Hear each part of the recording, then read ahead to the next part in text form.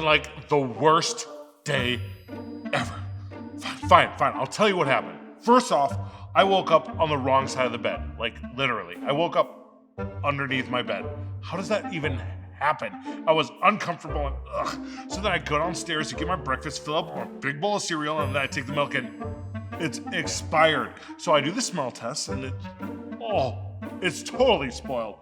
But I gotta eat breakfast. It's the most important meal of the day. So I pour it in anyway and I eat this spoiled, and I feel terrible. Then my kids wake up and I'm like, finally, my kids, they'll be happy, right? Wrong. They're just like annoyed and grumpy and loud and fighting and arguing, and I'm like, golly gee. So then we get in the vehicle, I drive them, I drop them off at school, and I'm like, finally, a little bit of quiet. So I go to get a coffee, right? I park the car, get my coffee, come back, lo and behold, a parking ticket. Well, I guess it's time to go see Professor T. Bet she can help me. Doubt it. Whoa, what is wrong with you, Mr. B? It's been the worst day ever. I'm talking of all time. It's just been miserable. And to top it off, my kids are fighting and arguing, and it's unfair. Wow. You kind of remind me of Habakkuk. Did you just call me a fish? A halibut? Halibut? No, Habakkuk. Are you trying to say habitat? No, Mr. B, Habakkuk, he's a prophet in the Bible. Okay, what about him? Well, Habakkuk looked at the life around him and he just felt like life was unfair due to all the messes from sin. And he was frustrated. I totally can connect with this Habakkuk guy. Yeah. So he cried out to God. Okay, and then what happened to Habakkuk? Well, he then had to wait on God to answer him. Okay, so Habakkuk. Anyway, he waits, and did God answer him? Absolutely, but maybe not in the way Habakkuk thought.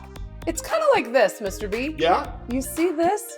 Cherry pie filling? It's my lucky day! Doesn't it look yummy and delicious? Oh, yes, it does. Yeah, don't you just kind of hope for some of this? Ooh, I hope I can get my hands on some of this. I know. And do you pray for it? I pray for cherry pie filling. Yeah, and does God give you cherry pie filling? Yes. No. Not always. World? You see, sometimes when we pray, Mr. B, God doesn't give us what we pray for. And it's because he knows what's best for us. And sometimes, Mr. B, he tells us to wait even. Well, that certainly was unexpected. Yeah, exactly. It's kind of like when we pray, God answers us in many different ways. Huh. Do you have any cherry pie filling anywhere? Or is this... My day's even getting worse here. I gotta think about this. Bye, Mr. B. That was quite the trick Professor T played with that cherry pie filling, which I hope I do get some, because those peas did not look nearly as good. But in Habakkuk 1 verse 3, it says this: "Must I forever see these evil deeds? Why must I watch all this misery? Wherever I look, I see destruction and violence.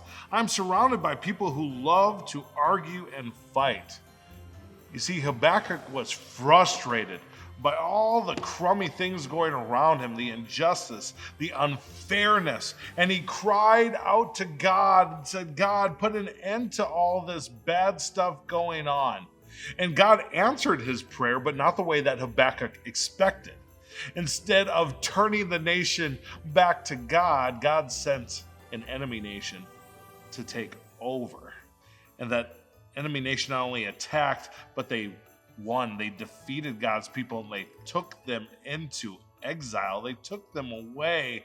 Not good at all. Habakkuk did not get the answer that he expected. And that's a lot like it is today. Sin and sadness and unfairness is all around us. And we might ask God, what are you doing? Where are you? Are you even here with us?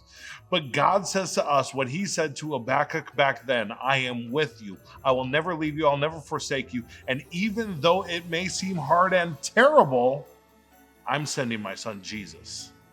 And when God sent his son Jesus to earth, Jesus conquered death, through his death and resurrection. And because of that, even the most terrible and hardest things in our life can be overcome through Jesus. So as we learn from Habakkuk, we too, even in tough times, can turn to God and trust in him and his promises.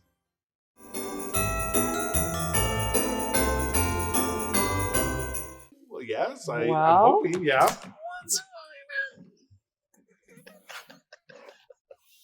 Jiminy Christmas. What in the world?